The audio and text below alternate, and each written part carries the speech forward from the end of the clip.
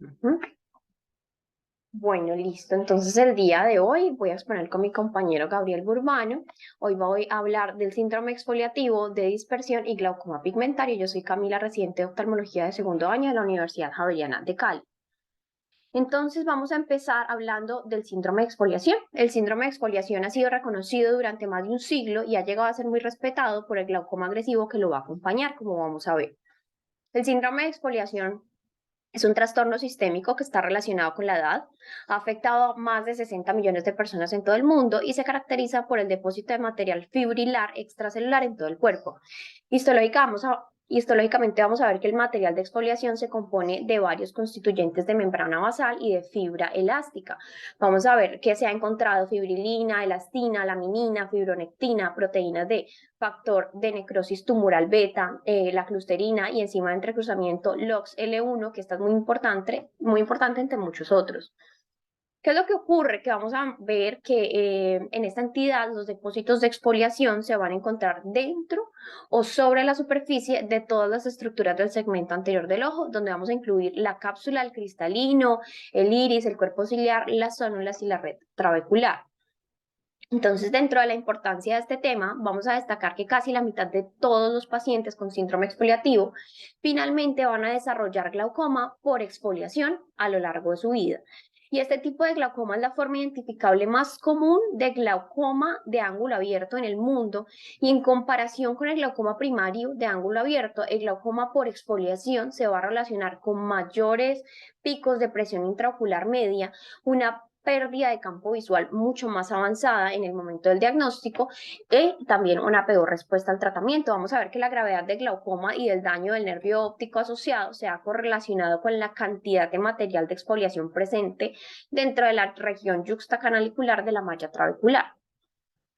Dentro de las asociaciones de este síndrome, además del glaucoma por exfoliación, las personas con el síndrome de exfoliación también corren mayor riesgo de sufrir otras afecciones oculares como glaucoma de ángulo cerrado, también hay formación acelerada de cataratas, son pacientes que presentan debilidad sonular, también se ha encontrado que son pacientes que presentan más frecuentemente oclusión de vena retiniana, y este síndrome es un trastorno sistémico que se asocia cada vez más con enfermedades que son no oculares.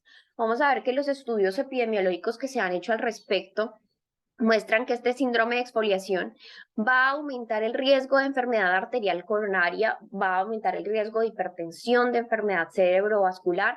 Incluso hay muchos otros reportes donde han encontrado aumento de la incidencia de aneurismas aórticos abdominales, de estenosis de arteria renal, de disfunción eréctil, incluso de demencia tipo Alzheimer.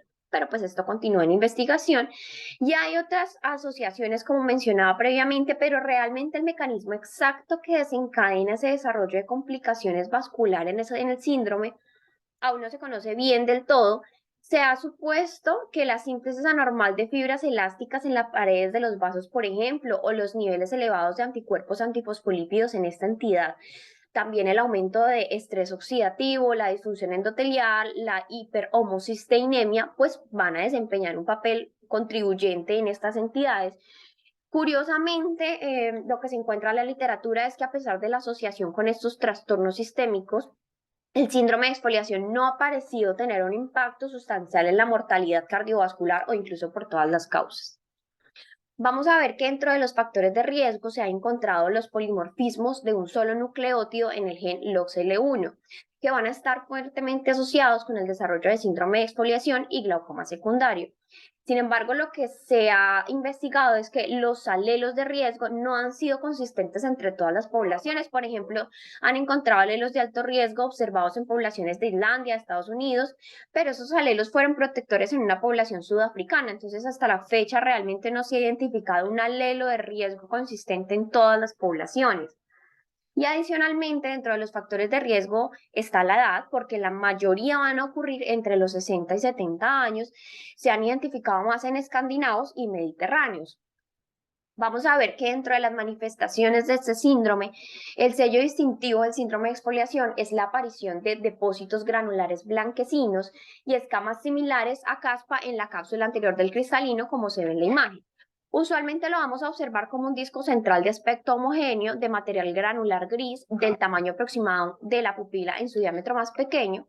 Vamos a encontrar que son pacientes que vamos a encontrarles una zona intermedia clara, desprovista de material exfoliante, y la va a rodear un anillo concéntrico. Esta a su vez va a estar rodeada por una zona periférica exterior que la vamos a encontrar con material exfoliativo, pero ahorita les voy a mostrar las zonas. Vamos a ver que se cree que la zona clara intermedia es causada por el movimiento que hay entre el iris y el borde pupilar, que va a eliminar el material exfoliativo del cristalino. Y ese material de exfoliación a veces puede aparecer como una lámina que es parcialmente desprendida, que es parecida incluso a una deslaminación de la cápsula anterior. Entonces, por ejemplo, estamos viendo en las imágenes una fotografía con lámpara de hendidura de los hallazgos típicos de la cápsula anterior del cristalino en el síndrome de exfoliación.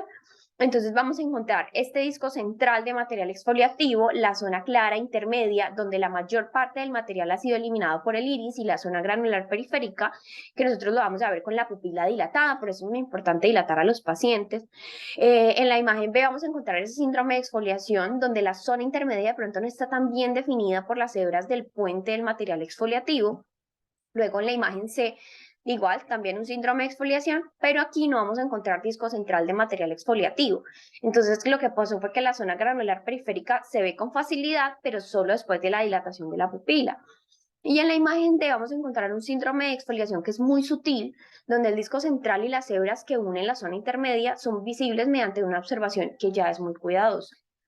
Entonces, dentro del glaucoma por exfoliación, vamos a ver que se define como una neuropatía óptica glaucomatosa en pacientes que tienen síndrome de exfoliación. Y entonces aquí que vamos a ver que el bloqueo del humor acuoso se debe a una combinación de pigmento y el material de exfoliación en los espacios intertrabeculares, en la malla yuxtacanalicular y por debajo del endotelio del conducto de Schlemm. Entonces vamos a ver que los pacientes con este síndrome de exfoliación deben considerarse sospechosos de glaucoma y revisarse por lo menos una vez al año mediante exploración oftalmológica completa, donde vamos a incluir la medición de la presión intraocular, el examen del campo visual, la cuantificación de capa de fibras nerviosas, sobre todo si nosotros estamos sospechando que ya haya una enfermedad significativa o indicios de la misma. Entonces, el síndrome exfoliativo, nosotros la vamos a diagnosticar por la presencia del típico material de exfoliación blanquecino, que es granular sobre la superficie anterior del cristalino y el borde pupilar. Entonces, típicamente, como mencionaba, lo vamos a encontrar en tres zonas. Esto es lo típico, pues un disco central, una zona libre intermedia y una zona periférica granular. Esto se ve más fácilmente después de la dilatación, por lo tanto, a veces se puede pasar por alto si no se dilatan los pacientes, y aproximadamente el 20% de los casos se puede pasar si no se dilata la pupila. Igual yo creería que incluso puede ser mucho más, de ahí la importancia de dilatar a los pacientes. Y con respecto al tratamiento de estas patologías, el tratamiento médico del síndrome de exfoliación, o más que el síndrome de glaucoma por exfoliación, es similar al del glaucoma primario de ángulo abierto. Vamos a ver que se basa en el uso de todos los tipos actuales de fármacos reductores de la presión intraocular. Los análogos de prostaglandinas pues van a ser los fármacos de primera elección, y algunos estudios con otros medicamentos, por ejemplo la pilocarpina. Se ha visto que aumenta el drenaje trabecular, lo que ha sido beneficioso en los ojos que tienen síndrome exfoliativo, y además no solo reduce la presión intraocular, sino que parece que retarda la progresión de la enfermedad porque limita ese movimiento de la pupila. Aunque lamentablemente en lo que encontré en la literatura fue que la pilocarpina casi que ha dejado de usarse en glaucoma. Uno, por la posología, porque se tiene que poner 4 veces al día.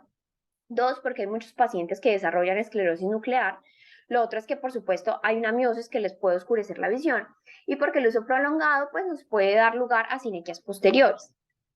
Otra opción de tratamiento es el láser. Entonces, dentro del láser tenemos la trabeculoplastia láser. Los estudios nos han informado una muy buena tasa de éxito, iniciales promedio de hasta un 80% en la reducción de presión intraocular, y se cree que la mayor tasa de éxito se va a deber a que las presiones iniciales estén más altas y el aumento general que presenta de la pigmentación de la malla trabecular. Ahora bien, la trabeculoplastia láser selectiva o SLT ha suplantado en muchos procedimientos a la ALT, en la mayoría de los casos por un menor daño tisular térmico y una mejor repetitividad. Y dentro del tratamiento quirúrgico vamos a ver que si no se logra controlar adecuadamente la presión intraocular con el tratamiento médico o con láser, ya se puede plantear la intervención quirúrgica. Entonces, los resultados de la trabeculectomía son favorables en estos casos. No se encontraron incluso diferencias significativas en la tasa de complicaciones posoperatorias con respecto a los glaucoma primario de ángulo abierto. Y la trabeculectomía puede reducir con éxito la presión intraocular en pacientes con glaucoma por exfoliación. Sin embargo, pues las tasas de éxito informadas en comparación con el glaucoma primario de ángulo abierto no han sido concluyentes del todo. Otra opción que tenemos es la cirugía de cataratas, que por sí sola puede reducir la presión intraocular. La magnitud de la reducción puede ser mayor en pacientes con síndrome de exfoliación en comparación con pacientes sin síndrome de exfoliación, pero es muy importante tener en cuenta que estos son pacientes de cuidado porque pueden tener varias complicaciones intraoperatorias. Son pacientes que no dilatan bien la pupila, son pacientes en los que los anclajes zonulares están muy débiles. Entonces ellos pueden asociar subluxaciones de cristalino, diálisis de la zónula, vitrorragias y entre otras cosas son pacientes que tienden a hacer picos de presión postquirúrgico mucho más altos que los pacientes, por ejemplo, con glaucoma primario de ángulo abierto. Y con respecto a la cirugía en el ángulo, dado que la malla trabecular pues es el sitio de obstrucción del flujo de salida en el glaucoma por exfoliación, la cirugía de ángulo pues ha sido una opción para la reducción del apío. De aquí tenemos, por ejemplo, todo lo que son los MIGS. Dentro de lo que se ha estudiado, tenemos el trabectom para realizar ablación de la malla trabecular. Hubo un estudio retrospectivo donde mostraron que los pacientes con glaucoma por exfoliación sí lograron una mayor reducción media de la presión intraocular en comparación con pacientes que tenían glaucoma primario de ángulo abierto al cabo de un año. Y para la cirugía combinada de trabectom y cataratas, el grupo de glaucoma por exfoliación aún tuvo una mayor reducción media de la presión intraocular. Vamos a ver que la viscocanalostomía es la creación de una ventana por medio de la eliminación de la pared interna del canal de Schlemm mediante una inyección de viscoelástico en el canal. Y aunque los estudios encontraron que en ojos fáquicos con glaucoma por exfoliación sometidos a viscocanalostomía, la mayoría van a necesitar goniopuntura con JAK láser para el éxito a largo plazo, pues se puede hacer combinado con facoemulsificación con buena tasa de éxito. Otra opción que se ha estudiado es el iStent, que es un stent de titanio entre la cámara anterior y el canal de Schlemm, que pasa a través de la malla trabecular. Y hay varios estudios que han informado resultados de múltiples tipos de glaucoma con éxito, pero realmente no hay comparaciones de la tasa de éxito en el glaucoma por exfoliación en comparación con otros tipos de glaucoma, pues esto todavía se podría estudiar aún más. Y continuando con el síndrome de dispersión pigmentaria y el glaucoma pigmentario, vamos a ver que el síndrome de dispersión pigmentaria típicamente se va a caracterizar por la liberación de gránulos de pigmento desde el epitelio pigmentario del iris que se depositan por todo el segmento anterior. Es frecuente que se asocie con glaucoma pigmentario secundario y el síndrome de dispersión pigmentaria y glaucoma pigmentario van a ser más comunes en varones, sobre todo el glaucoma, jóvenes blancos con miopía y cerca del 15% de estos pacientes que tienen síndrome de dispersión de pigmento van a sufrir aumento de presión intraocular o glaucoma al cabo de 15 años.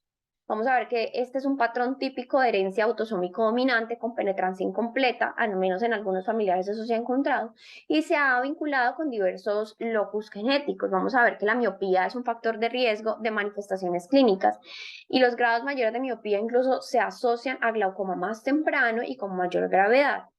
Hay dispersión de pigmento secundaria, uno, porque puede haber trauma, porque por tumores intraoculares, por roce de un lente intraocular que de pronto fue mal colocado sobre el epitelio pigmentario del iris, que pueden ser causas de dispersión de pigmento. Y dentro de los datos epidemiológicos de esta entidad, el síndrome de dispersión pigmentaria va a ser un trastorno frecuente en adultos jóvenes que se asocia, como mencionaba previamente, al desarrollo de glaucoma pigmentario. Los estudios han mostrado que hasta el 2 al 4% de los estadounidenses blancos de 20 a 40 años de edad pueden estar afectados por este trastorno con unas características típicas que voy a mostrar ahorita en unas fotos, con alteración del contorno iridiano, con liberación de gránulos de pigmento que nosotros vamos a ver, y el pigmento liberado se va a depositar en las estructuras del segmento anterior del ojo, incluyendo la malla trabecular. Entonces, como mencionaba, este patrón típicamente se encuentra autosómico dominante, sugiere que puede deberse a efectos genéticos concretos.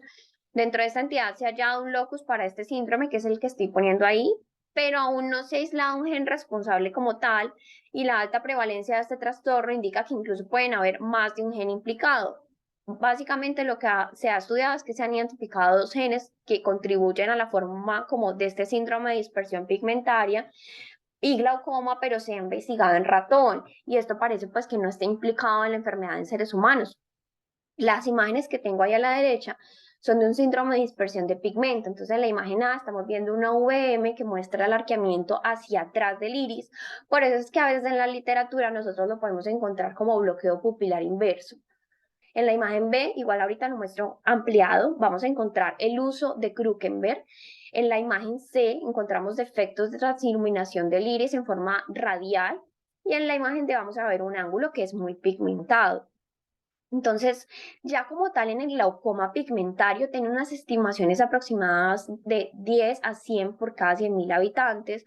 También suele ocurrir a edades más tempranas. En hombres inicia incluso antes, más o menos 35 años. En mujeres se ha estudiado por ahí a los 45 46 años, y tiene una tendencia en ambos sexos a que la enfermedad pierda intensidad o tienda como a desaparecer hacia la sexta o séptima década de la vida. Como decía, se ve más en miopes en personas de raza blanca, y aunque se ha evaluado, pues como todos los locus genéticos también para el glaucoma pigmentario, no se ha identificado ningún gen causal que sea único, y la herencia pues igual probablemente involucre múltiples genes. Dentro de la patogenia, se cree que la configuración del ojo es responsable de estas fuerzas que provocan la fricción iridosonular y la dispersión del pigmento. Entonces, estos son ojos que son más grandes que el promedio, la cámara anterior es profunda, lo que puede explicar la mejoría espontánea como con el avance de la edad, porque los cambios del cristalino con la edad nos van a conducir a una reducción de la cámara anterior. Son pacientes con una curvatura corneal un poco más plana, una inserción más posterior del iris en el cuerpo ciliar, un iris que es más grande, y el síndrome de dispersión de pigmento primario vamos a encontrar que hay liberación de pigmento que se desencadena como por ese frotamiento de la capa posterior pigmentada del iris contra las zónulas, por una excesiva curvatura hacia atrás de como de esa parte medio periférica del iris, como nosotros estamos viendo en la imagen A. Entonces se cree que tiene como ahí lugar un aumento de la presión relativa de la cámara anterior respecto a la cámara posterior, por lo que les contaba que se ha denominado como un bloqueo pupilar inverso, lo que parece apoyado pues por la observación de que la iridotomía periférica aplana el iris, disminuye el contacto iridosonular como se ve en la imagen B. Y el propio epitelio pigmentado pues puede ser anormalmente susceptible de liberar pigmento en los individuos afectados, el del iris. Y la dispersión de pigmento disminuye a partir de la mediana edad por cambios fisiológicos que pues den lugar a un menor contacto iridocelular, como mencionaba. También puede ocurrir una elevación aguda de la presión intraocular tras obstrucción trabecular directa por gránulos de melanina que se hayan liberados.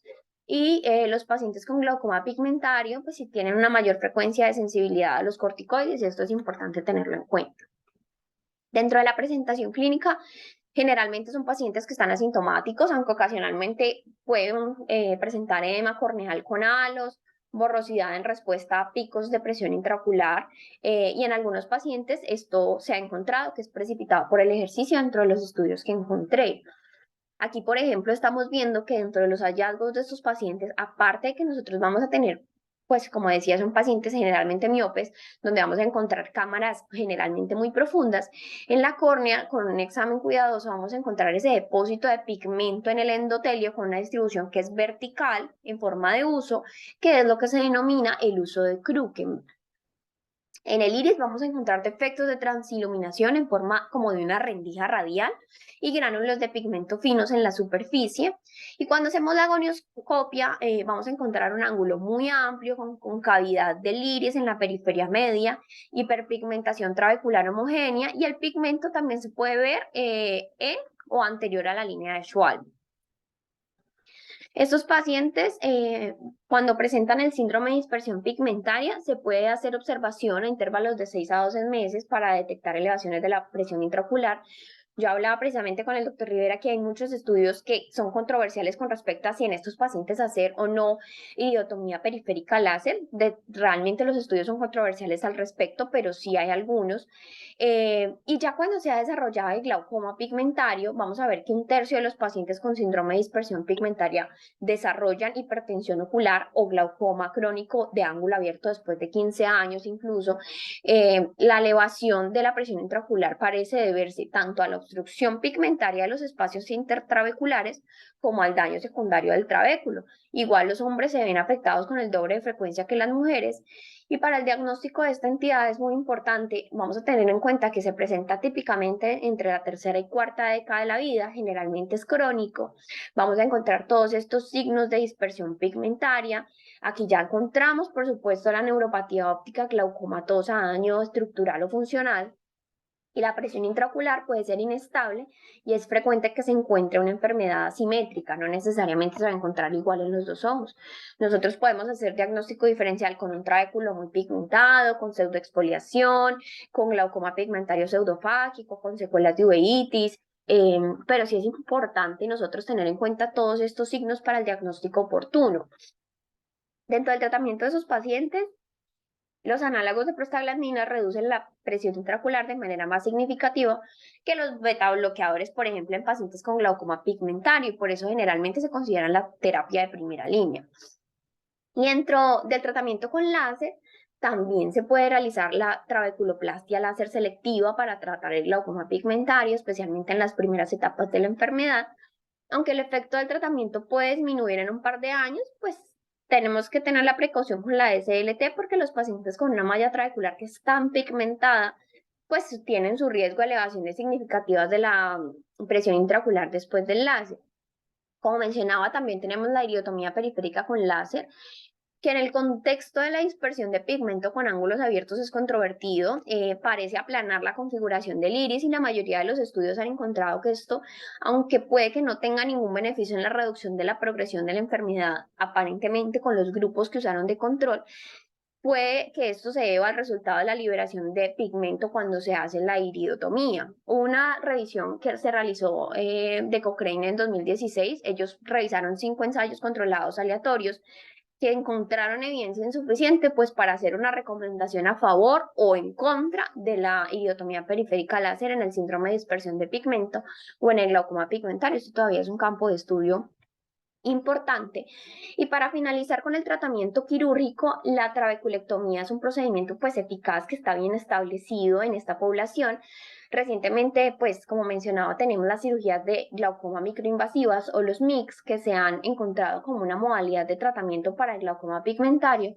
Y en una serie se encontró que la implantación de un stent de microderivación trabecular, como mencionaba previamente, tenemos el iStent en ojos con glaucoma pigmentario, dio buenos resultados, dio resultados donde la presión intraocular se reducía del 20% a los 36 meses, pero esto lo estudiaron cuando se combinó con extracción de catarata. Adicionalmente, aquí también se ha estudiado el Travectom, que tiene resultados similares en reducción de presión intraocular a corto plazo en el glaucoma pigmentario. En comparación, ellos lo comparaban con un glaucoma primario de ángulo abierto. Y hay otros estudios sobre tecnologías mix, como la goniotomía de doble hoja de Cajuc, que demostró también reducción significativa de la presión intraocular con o sin cirugía de catarata en estos tipos de glaucoma. Y pues sí, el papel de los mix ha sido muy prometedor en el tratamiento de este tipo de entidades, pero realmente lo que concluyen muchos artículos es que sigue siendo incierto debido a la falta de datos como suficientes y sobre todo para resultados a largo plazo. Y listo. Gabrielito, dime si puedes compartir. A ver, ya te digo.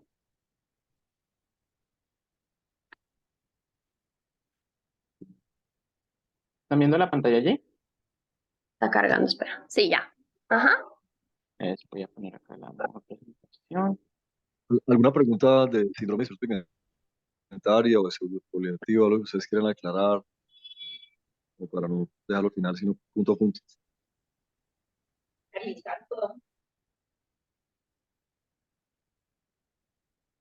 ¿No? ¿Todo clarito o seguimos?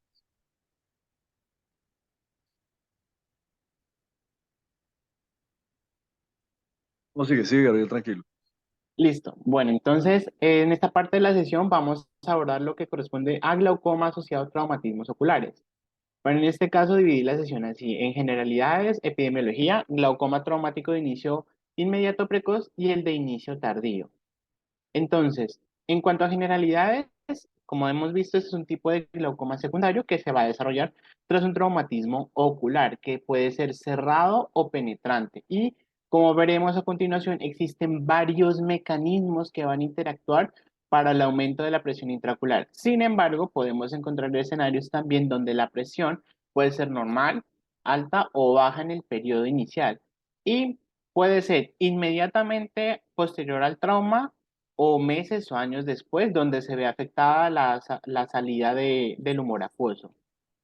Entonces tenemos dos formas de clasificarlo, según el momento de aparición, que es como más frecuentemente lo hace la literatura, inmediato y tardío, y de acuerdo al tipo de traumatismo, si fue algo contuso o algo penetrante. Entonces, en esta tabla tenemos las causas tanto de glaucoma traumático inmediato y tardío. Entonces, como podemos ver, de inmediato está la contusión, la disrupción trabecular, ifema, hemorragia coroidea masiva y los álcalis. Y con los tardíos tenemos la recesión angular, cinequias anteriores periféricas, glaucoma inducido por el cristalino y todos sus derivados, por células fantasma, una ruptura prematura de ciclodiálisis, crecimiento epitelial, cuerpo extraño intraocular y desprendimiento de retina reumatógeno. En lo que respecta a la epidemiología, el riesgo de desarrollar glaucoma después de una lesión de tipo penetrante es del 2,67%, mientras que con traumas cerrados del 3,39%. La incidencia, por ejemplo, en Estados Unidos de traumatismos oculares es de 2,5 millones de pacientes por año y los grupos más frecuentes son los ancianos y los deportistas. Entonces, pasamos a hablar ahora glaucoma de inicio inmediato precoz. Como vimos en la tabla anterior, vamos a abordar estos subtemas: contusión, alteración trabecular, ifema, hemorragia coroidea masiva y quemadura. Entonces, con contusión, básicamente puede verse un incremento en la presión intraocular tras un trauma contuso y no necesariamente tiene que haber signos de lesión tisular. La gonioscopía puede ser normal, o puede que no haya una recesión angular, ni sangre ni pigmento, puede haber reacción celular en la cámara anterior. Y lo que sucede y cómo se puede generar el glaucoma aquí es que hay una reducción del drenaje debido a una inflamación trabecular. Evidentemente esto va a ser de una evolución breve y autolimitada. ¿Cómo lo podemos manejar? Una pauta corta antiinflamatorios e hipotensores oculares para acelerar la recuperación y acortar el cuadro clínico, evidentemente haciendo los respectivos controles.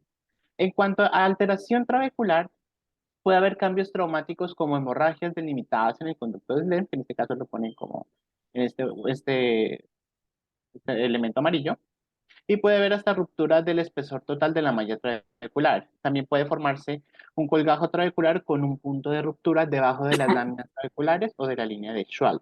Y este colgajo tiene su bisagra en la zona del espolón escleral, y las lesiones trabeculares pueden cicatrizar con el tiempo y suelen ser difíciles de reconocer.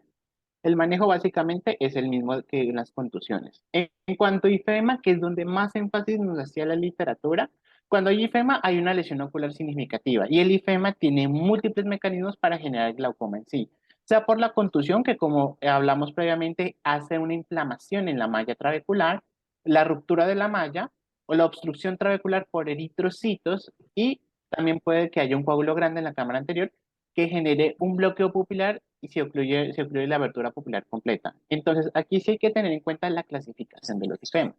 Recordemos que grado 1 se ocupan un tercio de la cámara anterior, grado 2 la mitad, grado 3 más de la mitad y grado 4 el 100%. En este caso, el de este esquema sería un grado 2.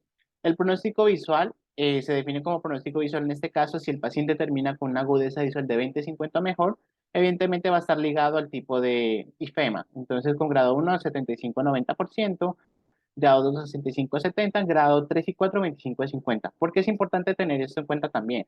Porque la extensión del sangrado también se va a correlacionar con el incremento de la presión intraocular. Además, esto nos dice si puede haber un riesgo de resangrado y evidentemente cómo serán los resultados visuales. Por ejemplo, en grado 1 y 2, solo en el 13,5% de los casos se puede elevar la presión intraocular. En el grado 3 sería el 27% y en el grado 4 el 50%. Ahora, cuando sucede un resangrado, que es como la complicación más devastadora, puede ocurrir típicamente entre 2 a 6 días después de la lesión inicial, aunque las tasas, la incidencia son un poquito variables, entre el 6 al 33%, y esto pues obviamente genera incrementos en la presión intraocular. Entonces, en la literatura nos hablaban como unos fármacos para evitar el resangrado. En la primera tenemos los antifibrinolíticos, pero realmente estos no se están usando. Esto lo menciona la literatura nada más, pero también incluso nos dice que su uso es poco frecuente por los efectos adversos. Estos están el ácido aminocaproico y ácido tranexámico. Los que sí se usan son los corticosteroides, con el fin de, obviamente, controlar ese efecto inflamatorio y estabilizar la barrera hematocular. Y no hay diferencias entre el uso en este contexto oral o tópico. Tenemos también los hipotensores. Básicamente podemos usar todos excepto análogos de prostaglandinas y mióticos, o sea, la pilocarpina. ¿Por qué? Porque estos pueden exacerbar cualquier grado de inflamación previa. Ahora, obviamente hay que evaluar también si podemos apoyarnos con un uso de un esteroide ciclopléjico para la inflamación, evaluando pues el riesgo de la elevación de la presión intraocular. ¿Qué manejos quirúrgicos nos ofrece? Lo que más se menciona es el paracentesis con la paracentesis con lavado de cámara anterior. Hay varios mecanismos cómo se puede hacer esto en quirófano. Se puede usar la irrigación simple o una guía manual con un coaxial. No es necesario extraer todo el coágulo y esto es muy útil porque se respeta la conjuntiva para una futura cirugía de filtración en caso que sea necesario. Entonces aquí les traigo un video de Cataract Coach, aquí también les dejo el link. Voy a ponerle silencio de cómo se está extrayendo un IFEMA. En este caso vemos con un IFEMA grado 3 a 4. En este caso, ellos van a usar es un vitriófago. También voy a adelantar un poco para que veamos cómo se están haciendo inicialmente las paracentesis. Vemos aquí toda esta zona negra que corresponde al IFEMA y cómo se está haciendo la primera paracentesis y aquí se está elaborando la segunda paracentesis. Entonces, vemos que aquí ya están poniendo la punta de vitriófago y la zona de irrigación. Y vemos como poco a poco se está extrayendo este coágulo. Voy a adelantarlo un poco más. Vemos como aquí ya disminuyó de tamaño el coágulo. Aquí se menciona que están usando una infusión también con epinefrina para mantener dilatado el iris y no están usando viscoelástico en este contexto. Voy a adelantar un poco acá. Y estos son los parámetros que están usando. Entonces, por ejemplo, mantiene una presión intraocular de 90, un vacío de 350, una aspiración de 10 y miremos la tasa de corte que es de 100 cortes por minuto. Aquí tenemos también adelantado, digo, adelantando un poquito el video, cómo se ve desde una parte más externa este proceso de eliminación del coágulo. Listo. ¿Qué otras opciones tenemos también si ya hicimos todo esto y realmente no funcionó? Tenemos otras formas de sacar el coágulo, sea por ejemplo con extracción con criosonda, aunque hay que tener mucho cuidado con el endotelio corneal, la emulsificación con ultrasonido, la gonioaspiración trabecular. Podemos apoyarnos con una iridectomía periférica como un procedimiento auxiliar para resolver el bloqueo pupilar causado por el coágulo y pues ya finalmente podemos usar la trabeculectomía.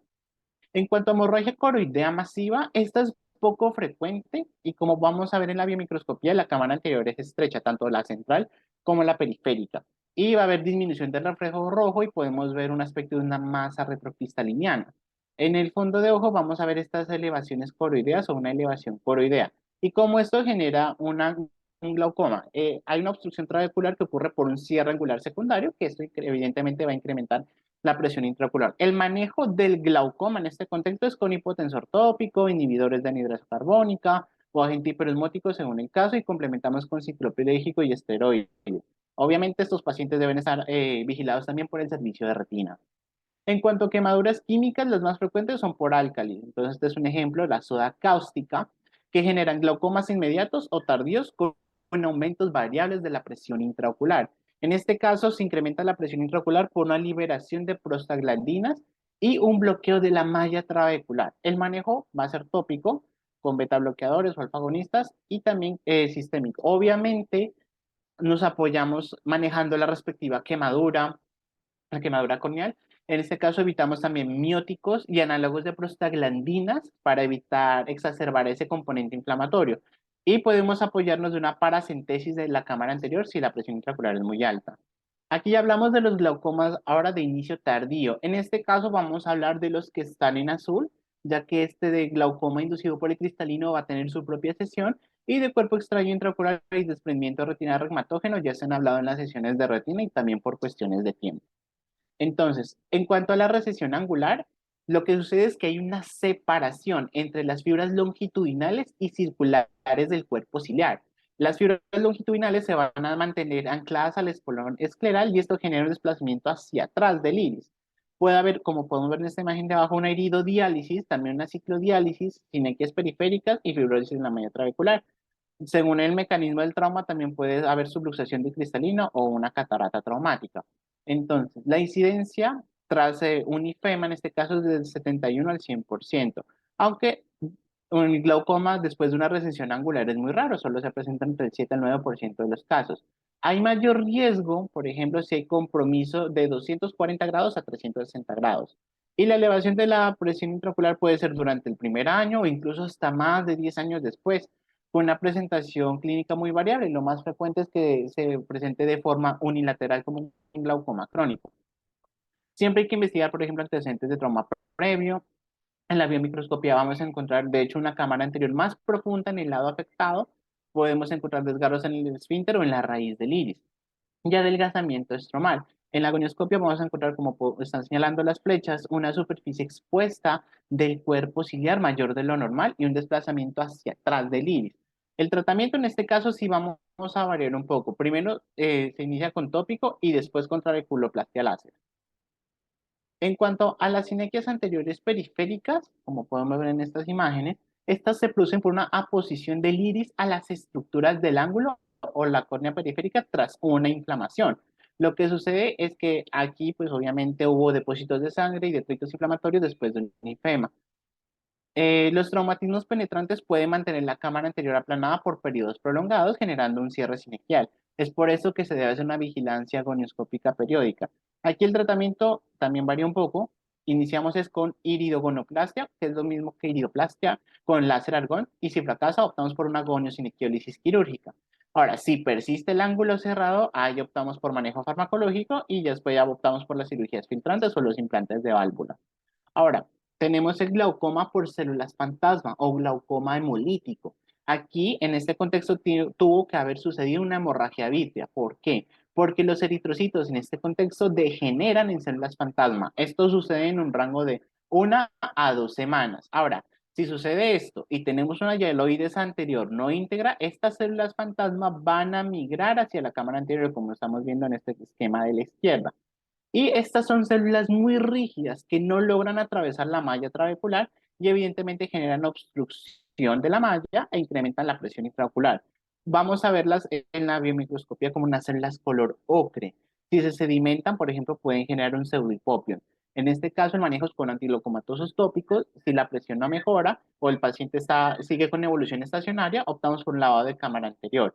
En este caso, nos podemos apoyar de una vitrectomía plana para eliminar la carga celular del ojo. O evidentemente hay que evaluar cada caso. Tenemos el cierre tardío de una hendidura en ciclodiálisis. Aquí hay una separación entre el espolón escleral y el músculo ciliar. Aquí como podemos ver en esta imagen como estas hendiduras. Aquí también en esta ultrabiomicroscopía que nos la están señalando acá.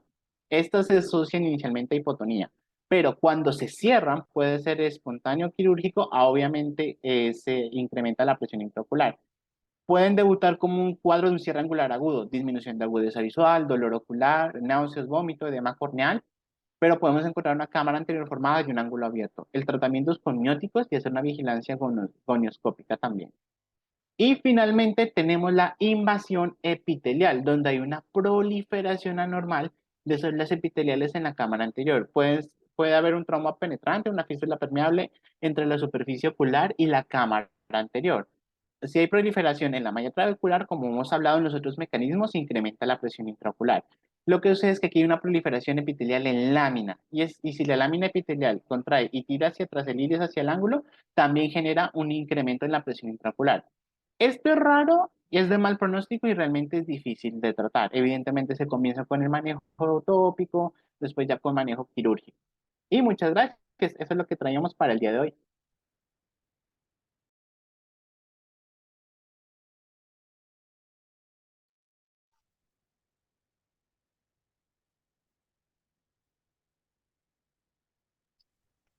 Gabriel, buenos días. Buenos días, Eh, doctor. en el manejo del receso angular o el receso angular post-trauma, mencionaste la trabeculoplastia.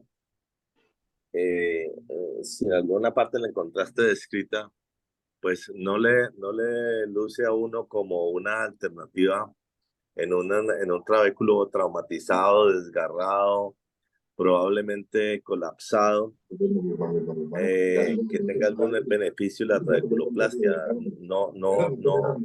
No lo veo correcto, no creo que funcione, no creo que funcione. Yo no lo he hecho, pero no creo que funcione toda vez que como te digo, con el trauma se puede dañar la trabeculoplastia. Entonces, no sé qué opina Carlos, pero no, yo no tengo ninguna experiencia en manejo de glaucoma con receso angular y trabeculoplastia. Alguna de pronto es trabeculectomía, que sí tiene lugar, si no se puede manejar médicamente, pero no trabeculoplastia.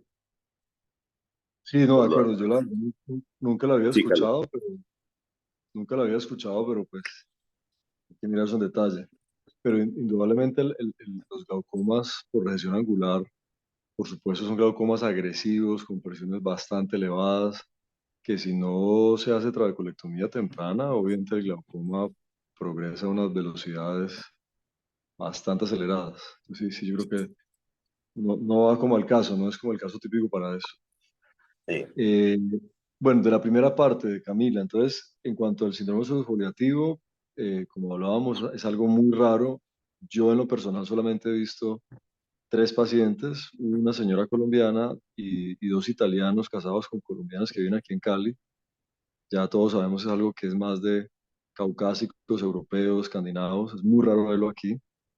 Eh, Teóricamente es más difícil la cirugía de catarata, hay mayor riesgo de debilidad solular y todo eso.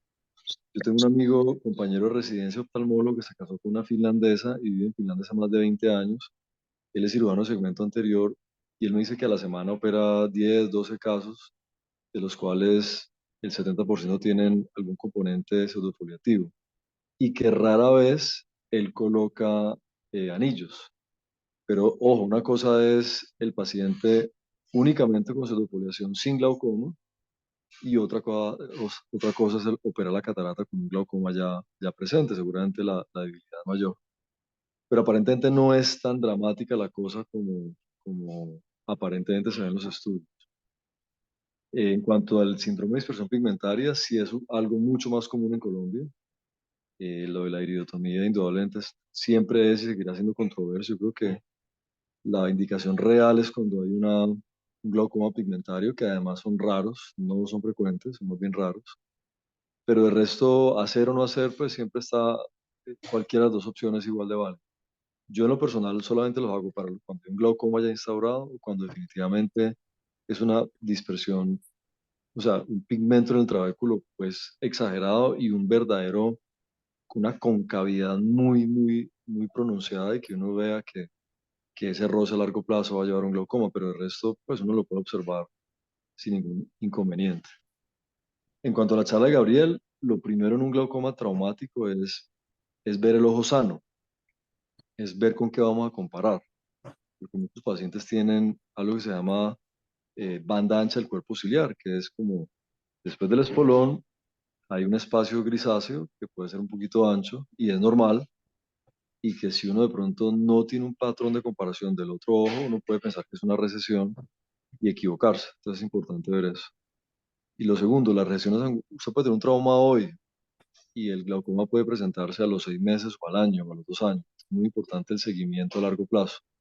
No quedar tranquilos con que en el examen del trauma ese día estuvo todo normal y resulta que más adelante esa recesión puede llevar al glaucoma. Eso es bastante importante.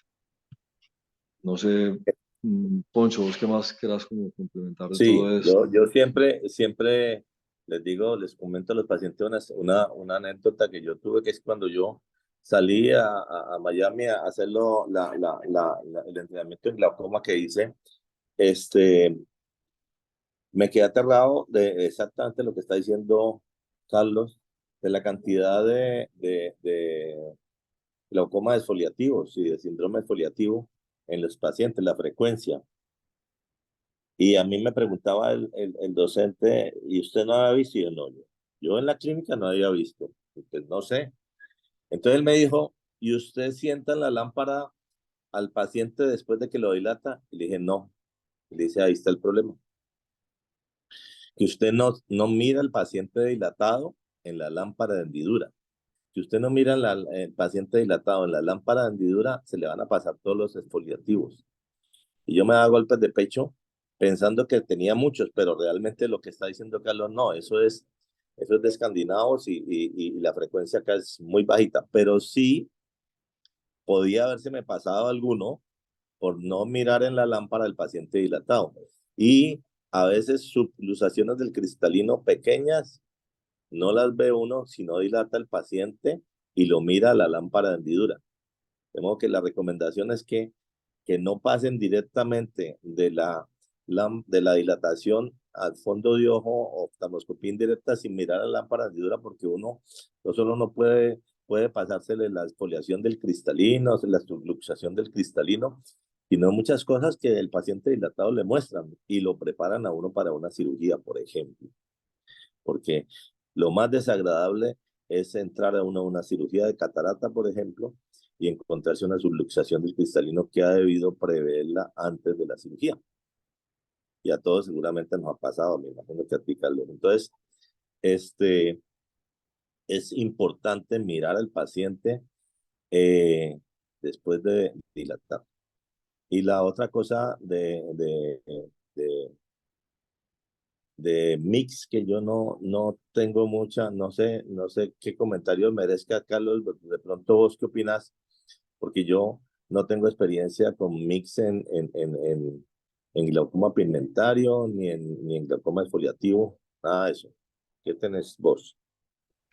No, realmente pues lo que yo he hecho de mí es muy poquito, pero pienso yo que como todo, pues ir de menos a más. Si tenemos la posibilidad de colocar un iStent, ya sea porque el seguro lo cubra o el paciente tenga acceso económico al dispositivo, pues bienvenido, bienvenido, porque si es un glaucoma pigmentario en un paciente joven que no tiene catarata y que tiene ya 3 medicamentos y la presión sigue en 23, 24, y si se le coloca un iStent y le reduce a, qué sé yo, 16 o se le quitan unos medicamentos, pues eso es calidad de vida. Buenísimo. En un mundo ideal, obviamente, pero pues todos sabemos que en la práctica todo el tema administrativo colombiano y de costos hace que estos elementos son muy bonitos, pero ponerlos y llevarlos a cabo no es fácil por todo lo que implica, ¿no? Pero De sí, acuerdo, sería lo ideal, sería lo ideal, sería lo ideal una trabeculoplastia y si no le fue bien luego un mix, si no le fue bien pues una trabeculectomía. Eso es lo de ideal de acuerdo, menos. Sí. de acuerdo. Ok, de acuerdo. Bueno, muy bien. Muchas Ok. gracias, doctores. ¿Qué preguntas tengan Muchas ustedes? gracias, ¿Preguntas? doctores. Bueno. Ok, bueno pues, Gracias. ok, gracias a ustedes. Chao, chao.